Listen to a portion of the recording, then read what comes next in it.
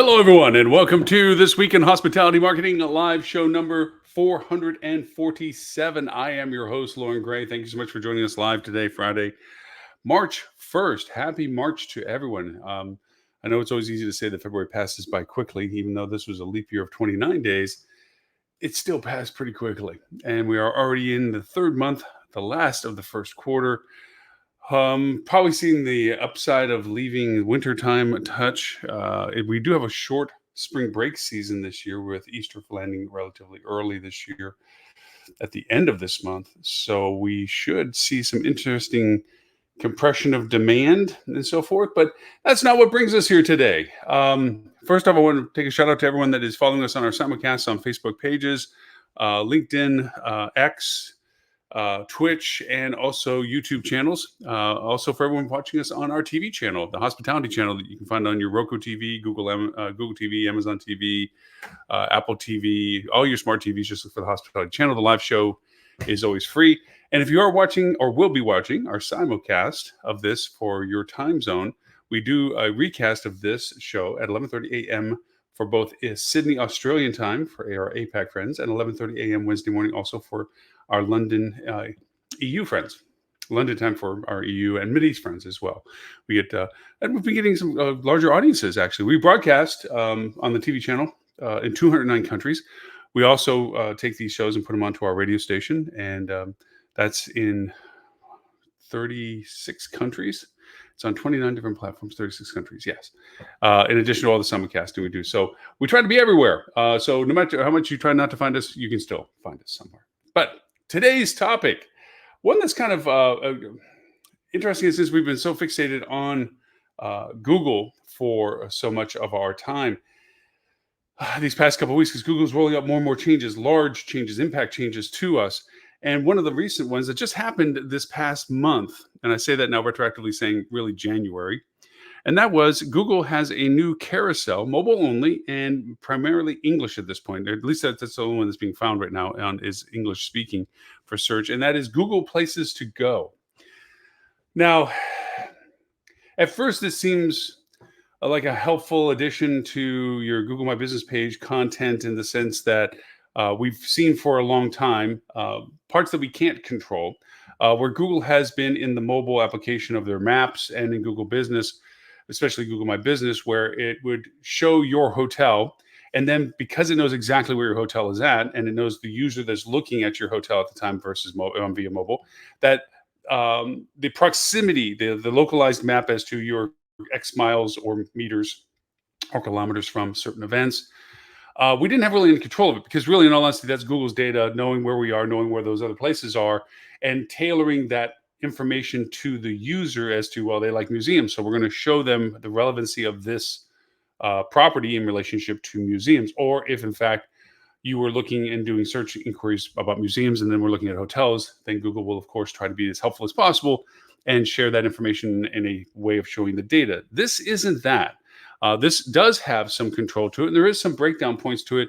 Breakdown meaning different aspects of it that we as hoteliers, marketers, hospitality professionals in general have to consider the value proposition of what this is representing. Now, when I say is Google's Places to Go the new Metasearch, I say that in the context of how it's being presented.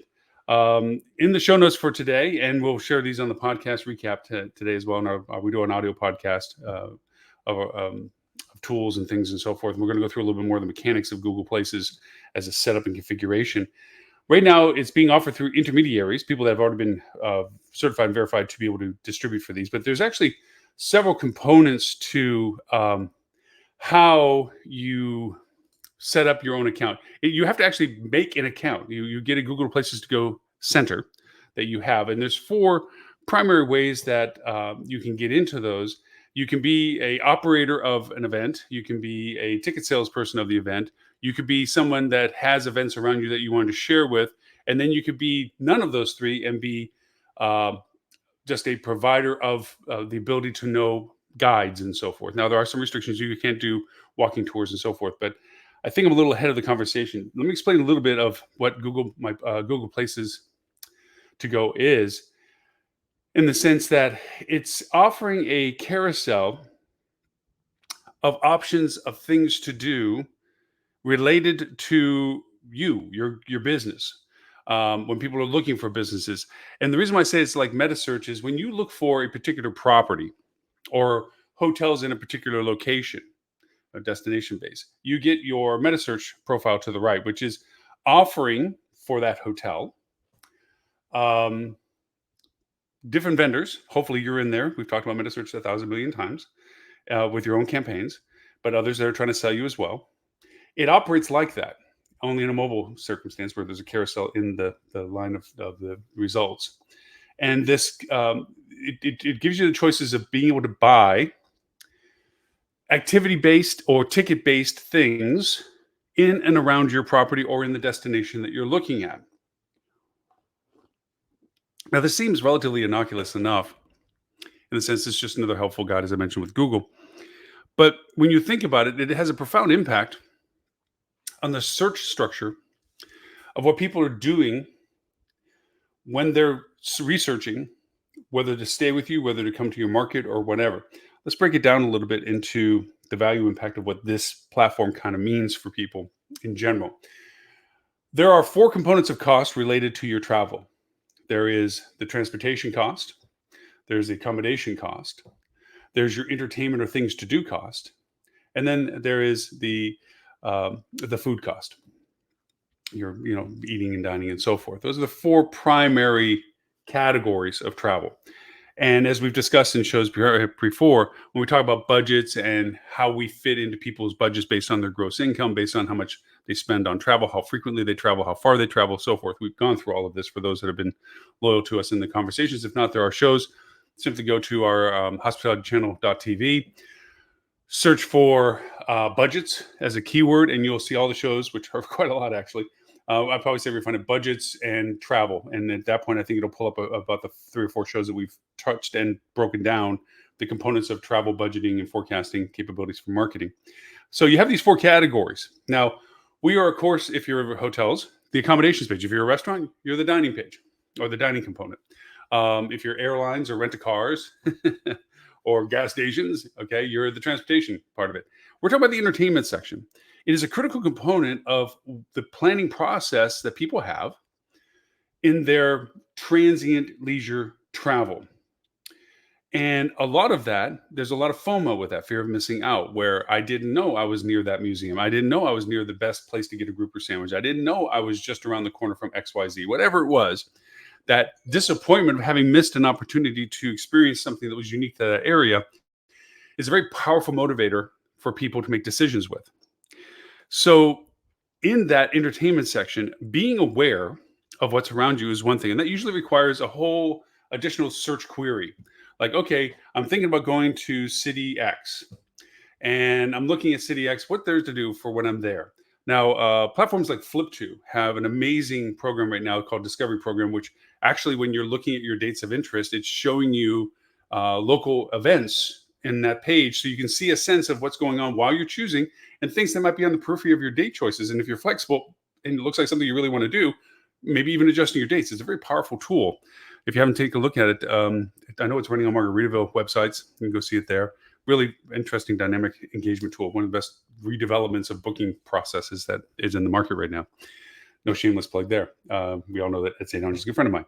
So entertainment wise, you look for what you want to do in the market. By so doing, you have to go through the rabbit hole process of, well, how much does it cost? Are there tickets available for the time I need? What are the conditions of buying the tickets? So forth and so on. So this Google My Places, or Places to Go, excuse me. Google My Places is not correct. Google Places to Go is basically shortcutting that process by making available, as you're looking at a property, a hotel, or a restaurant or what have you with it, the business of things that you can place in this carousel, mobile, English only. Remember, this is just now burgeoning. It only started in January. Of these tiles in carousel that are of things to do. Again, Google will be able to feature, based on the searcher, what it is that you would be interested in knowing about getting tickets to. And also, and this is the real caveat of interest, the ability to pay and advertise in that space to be one of those things that you can have. Let me take an example. Locally here, the Margaritaville Beach Resort just opened up, and they have what's called a beach club. And it's a pay for opportunity to enjoy the full service amenities of their beachside pool with the bars and the cabanas and everything else that's there. And it's a daily thing. It's a separate price from any stay at the hotel and resort. But locals and people that are staying at the hotels, if they want to come and enjoy this amazing pool that's right on the beach and on the bar and everything that's there and so forth, they pay a daily fee to get in. Well, that's a separate ticket. So let's put that in context of what Google Places to Go would do. I'm looking at Fort Myers Beach and I'm seeing what I want to do. And here, lo and behold, is this beach club. And there's ability to get tickets for it right there. I can actually sell that as an advertiser on a variety of properties that are not Fort Myers Beach, Margaritaville. It could be at any of the destination information interests that they have in the area. It could be even on another hotel's things to do list, that even though you're staying at a competitor hotel, so to speak, you're still being offered and the means to actually purchase it. Okay, that's the key element to this. It's just not exposure of an ad, but actually the ability to follow through and go into what it would take to get the ticket and have a direct link to call to action to book for this beach club. So now think of it as a huge opportunity for hotel restaurants to really get a strong footing in making themselves aware of a lot of people coming to a market that they may not have considered your restaurant in your Holiday Inn or your restaurant in your Marriott or your restaurant in your independent hotel. Because, and this has always been an issue of no matter how good the restaurant is in a hotel, the sellability of it to a local market is always challenged because it's always perceived as a restaurant for the hotel. It's not a restaurant per se. Very, very good restaurants are able to segment and separate themselves from the fact that they're associated with the hotel. A lot of it has to do with how it's configured and how connected it is physically to the hotel. If it's in the hotel, on top of the hotel, in the middle of the hotel, a part of it adjacent to it, whatever. That all goes and influences the people's perception of the restaurant's value to the local market. But here you have the ability to advertise your products like a restaurant, okay, or a beach club, or your golf course, or your pickleball membership, pickleball things that you can pay for a day pass to a pickleball court, whatever, in a platform that people are looking and using for in mobile, in English, of what to do in your market, of the one of the four components associated with a travel destination process of discovery and purchase: transportation, accommodations, food and dining, entertainment. This ability to shortcut down to the actual distributor of tickets is incredibly powerful because it helps in the conversion process in a very amplified way. Instead of me coming across a hotel that I like, but I still haven't made the choice if that's where I want to go, if that's the destination I want. I know I want to go to city X or location X, and I'm just now discovering what it is that I need to do while I'm there. Now, a lot of the things are perennial, evergreen things, like there's always the zoo, or there's always the museum that's there, or there's always certain attractions or what have you. And it doesn't mandate any particular time of year that's unique. However, when you start talking about events, you start talking about unique things like pool clubs or pickleball courts and so forth.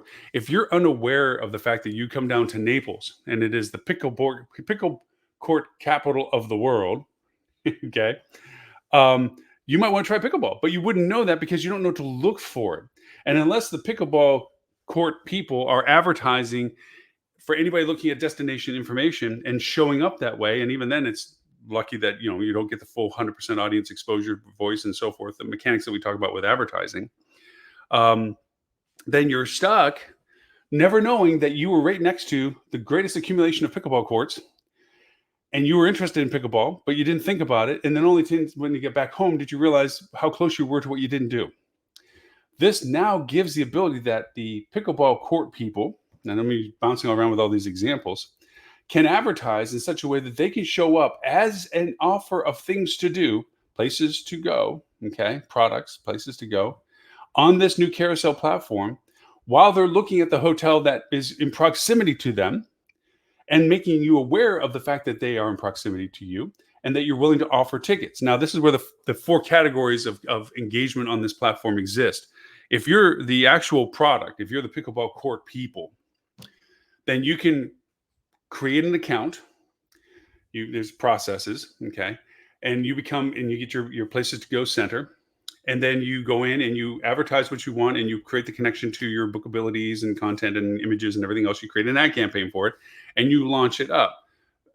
The I say ad campaign. You can actually create what you're doing without it being an ad campaign. That's number one. Sorry, as the actual product. The second is maybe I am a ticket provider for lots of things. One of which is passes to your pickleball court. I'm a provider of things in the area to do. Maybe Chamber of Commerce has a platform like a Eventbrite or something, and they're having these tickets of things. Okay, and they can create their own account as a provider of distribution for them to offer tickets to stuff like your pickleball courts.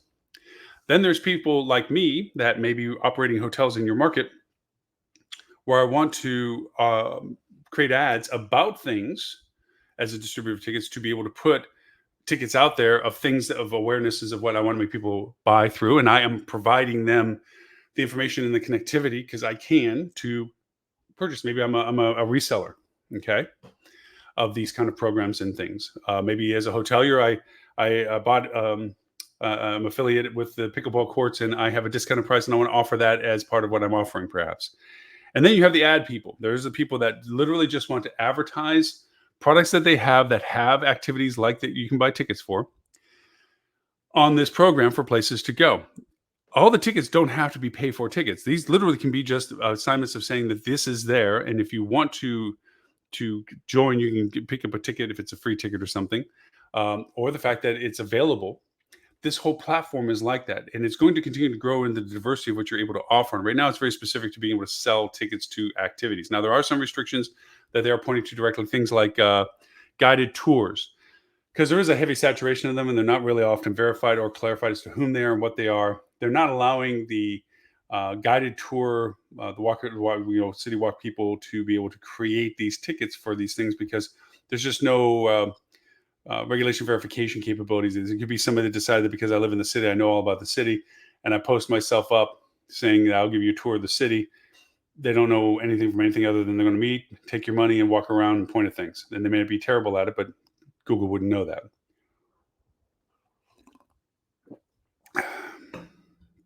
So the idea of the display carousel in places to go is really that it's centered around individual products rather than business profiles.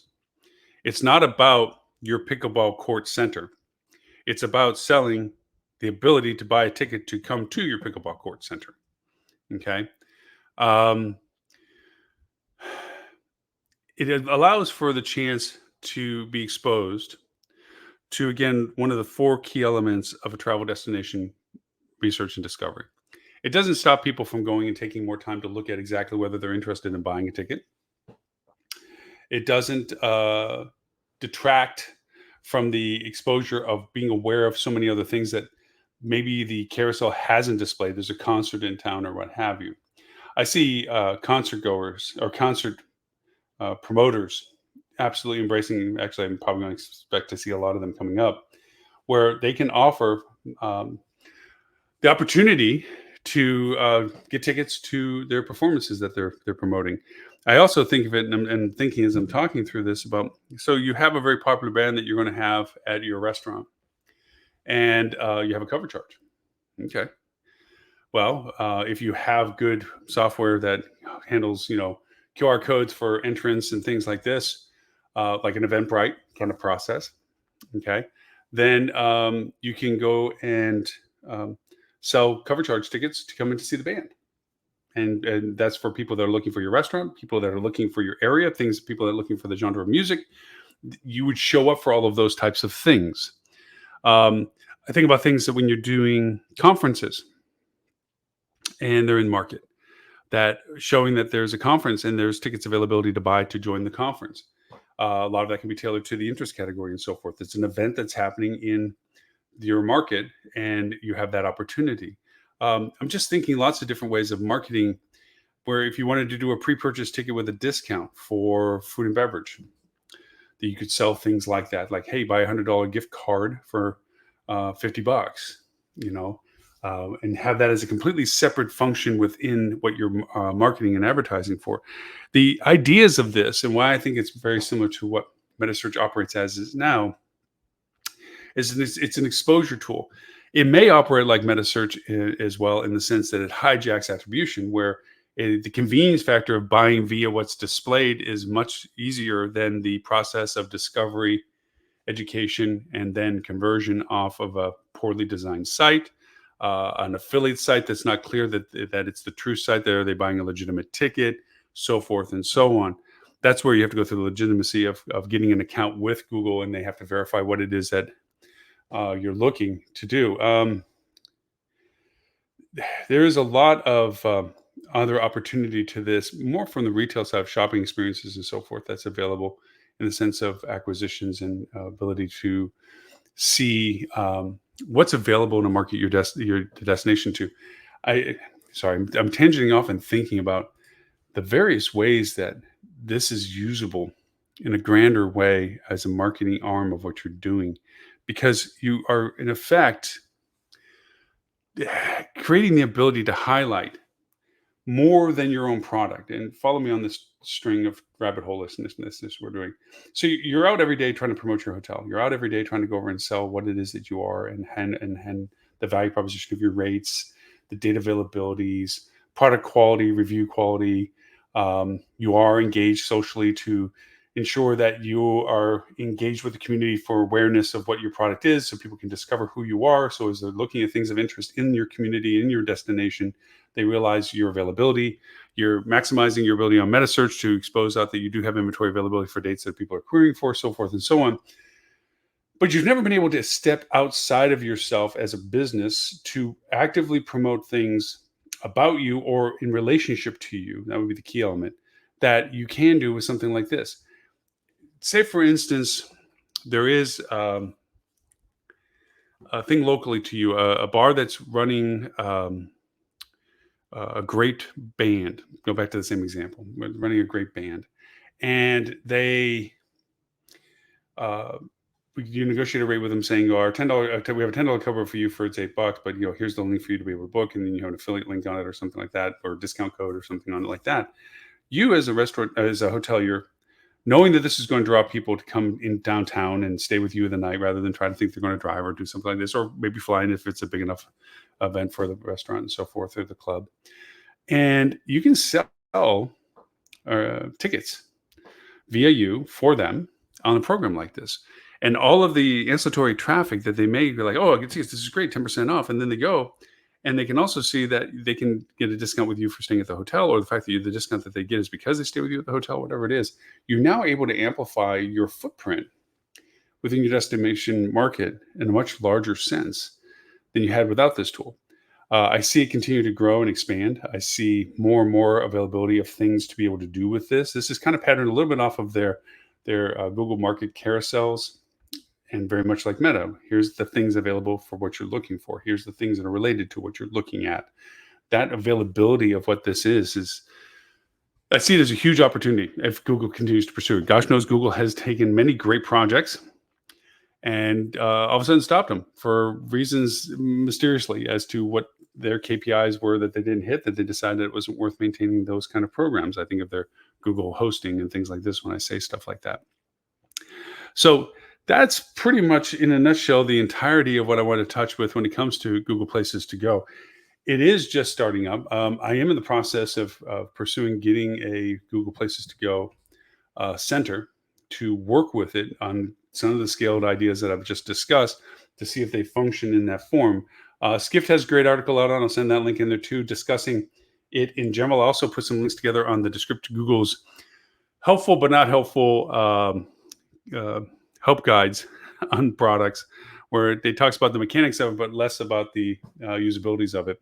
I'll send those links into the show notes as well, so you can kind of take a peek at what Google's saying about it, what the restrictions are that Google's saying about it, what to do with it according to Google, and then Skift's take on what the impact of it might be.